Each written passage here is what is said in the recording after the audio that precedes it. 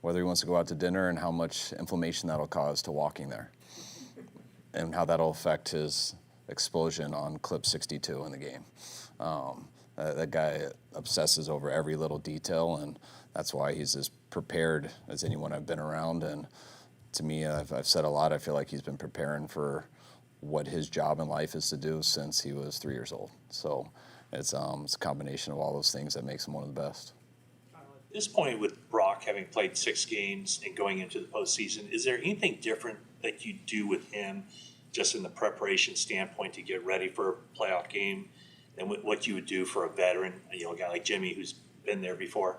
No, I mean, we do the same thing for the playoff game that we do for every other game. It's 7 days to prepare for a team, sometimes 6, and it's just one game. So, I mean, the rules change a little this year if you get to overtime, but besides that, there's absolutely nothing different. So, I compare it maybe to other sports where I think maybe a 7-game series and stuff could be a little bit different how you go about that, but it all comes down to one game, 3.5 hours, and each team has the same amount of time to prepare, and it's your same schedule, same routine.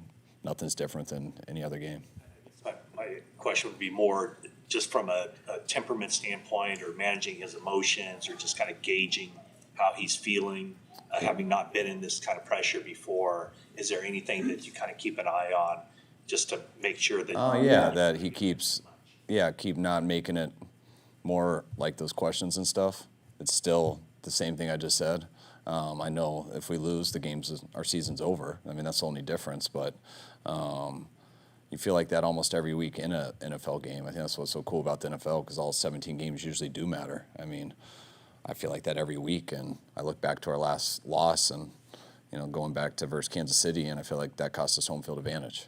But at the time, you feel like that's going to be the game that keeps you out of the playoffs. And then the next week, it's always like that. So I feel like we've been playing playoff games for a long time, and the pressure's always on. And I think Brock takes that into every game. And this game, if you want to sit and think about all the outside stuff, I'm sure you could psych yourself out. But that's the only thing I would say through experience of it is, once you get on the field, there's absolutely nothing different. So whether it's a playoff game, whether it's a Super Bowl, I mean, all you can do is control the athletic sporting event that you're involved in. Don't make it more than that. What, if anything, has evolved or changed about the way the Seahawks are playing now versus the first time you faced them this season? I mean, we faced them a month ago, and their defense over the last month, I think they're the 7th-ranked defense over the last 4 games. So they've been keeping people out of the end zone. And I think they're 6th on 3rd down, so they've been getting off the field too. Their offense has been running the ball better here in this last month. I think they're ranked 6th in running the ball over this 4-game stretch. So they're playing pretty good right now, as good as they have been all year. And turning on the tape, they're a better team than they were 4 weeks ago. And it's not a surprise to me that they're in this position. Sometimes you hear people say it's hard to beat the same team 3 times in a row. Is there anything to that, or is that just kind of one of those phrases that is meaningless? I mean, maybe we had to do it 3 days in a row, but I look at it as we only have to beat them once, because there's no more in a row. Everything behind us doesn't matter, and it's a 1-game season right now. So we got to beat them this week one time, and then that'll allow us to move to next week. Ray Ray's been described by his teammates as when he first got here so quiet, it was almost hard to hear him. And can you just kind of talk a little bit about how he's grown since he's gotten here and been such a vital part of what you're doing, especially when Depot is out? Ray leads the league in mumbles, so sometimes you got to get him to not mumble. But no, Ray's been great. He's been awesome for our team. The way he plays just so fearlessly, and the way he has fun out there. I mean, that's how he is in person. You never know what you're going to get. He's an interesting dude that everyone enjoys. But football's so important to him. He goes about it his way, which he's going to get there, maybe a different way than you're used to. But by the time his assignments come, by the time the game comes, he's a dude that you can count on, because it's important to him. He doesn't want to let anyone down, and been really pumped that he's on our team this year. Examples of how he gets there a different way than what you're used to? I mean, he carries his own ball out there. That I didn't realize it was his own ball until he threw it to me, and it almost pulled my arms off because it weighs like 30 pounds. So he tricked me with that. Ties things to his hamstrings all the time. I still can't figure out what they are.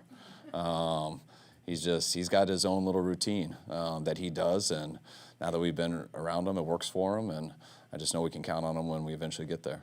The other night after the game, Bosa was saying that he pretty quickly turned the page to the playoffs. It's like getting a second wind, I guess, after a long season. Do you sense that in the team that they quickly kind of turn the page, especially the guys that have been through it? Yeah, I do. I mean, this was the first time that I'd been in this position and our team. I think most of the people, but just to clinch the division as early as we did was just knowing you're going to be in the playoffs was just different. Your goal is always to get there, and then you deal with whatever. And once you do get there, you try to make it the best you can. But to know we won the division that long ago, it's been a challenge. And every week you got to get up because you know you're still you got a lot to play for, and we've been able to do that. Last week was the biggest challenge because we knew how important that game was to win. We were expecting Philly to win and stuff, but we knew if we lost that game, we were expecting Minnesota to win too. So we felt we had a lot to lose if we lost it. And also the risk of guys getting injured too, because guys want to get to the playoffs so bad and do their best there. But it's not like you're just guaranteed to get in there and have all these ops. You're guaranteed to have one op. So you got to make sure that op's the best. And we've been working on that the last month. And I could tell right when we could tell the game was out of hand versus Arizona, I think everybody was like that. We're like, all right, finally, we made it. We took care of business. We did as good as we can in the situation we had. And for the most part, we stayed pretty healthy doing it. So I think once we got to that fourth quarter, everyone was thinking about it. We got home as fast as we can and just started waiting to find out who we'd play. And very quickly, we found out and realized we had lost today because we're playing Saturday, and we're ready to go. Feel like you have so many weapons on offense that it's almost a challenge to get everyone involved? Yeah, it's definitely, you can't get everyone involved. I mean, you got to see how the game plays out. But you try to balance it out that way. And when you can balance it out that way and you have solid people and better than solid people at every single position, usually it takes care of itself. I mean, you got to see how the game goes. If you end up getting one-dimensional or you don't move the chains on third down and you can't stay out there, then things can get skewed. But if you're playing the right way, you're moving the chains, and the defense usually adjusts, then I feel it usually balances out and everyone has an impact.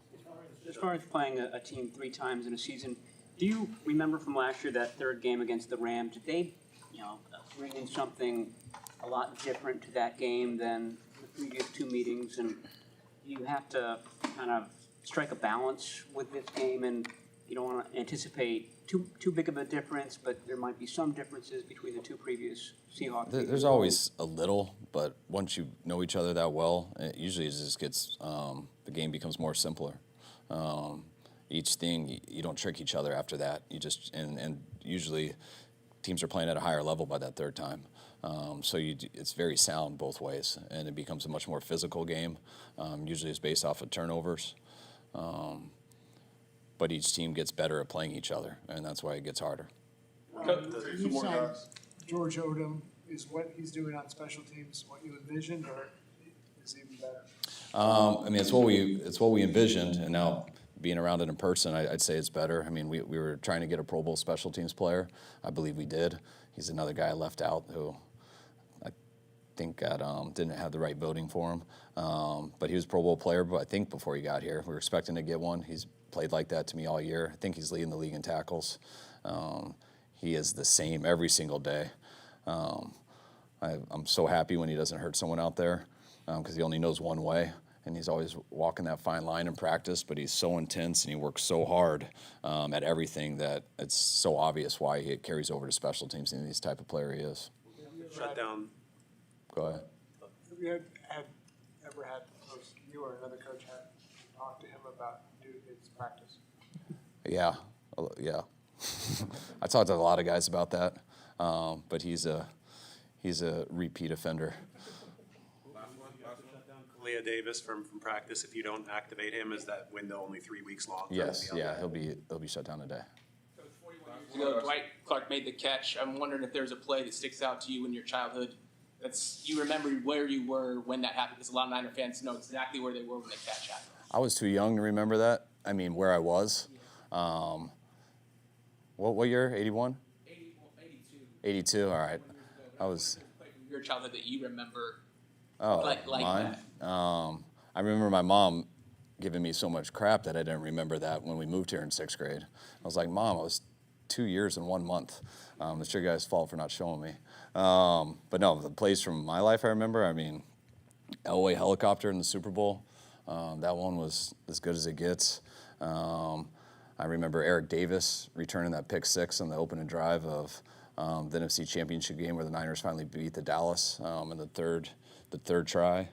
I remember James Harrison's pick six in the Super Bowl, which I thought was such a cool play. Same place, Antonio Holmes in the back of the end zone. I think it was one of the best plays. I got a lot, but those are the first ones that come. All right, guys, thanks.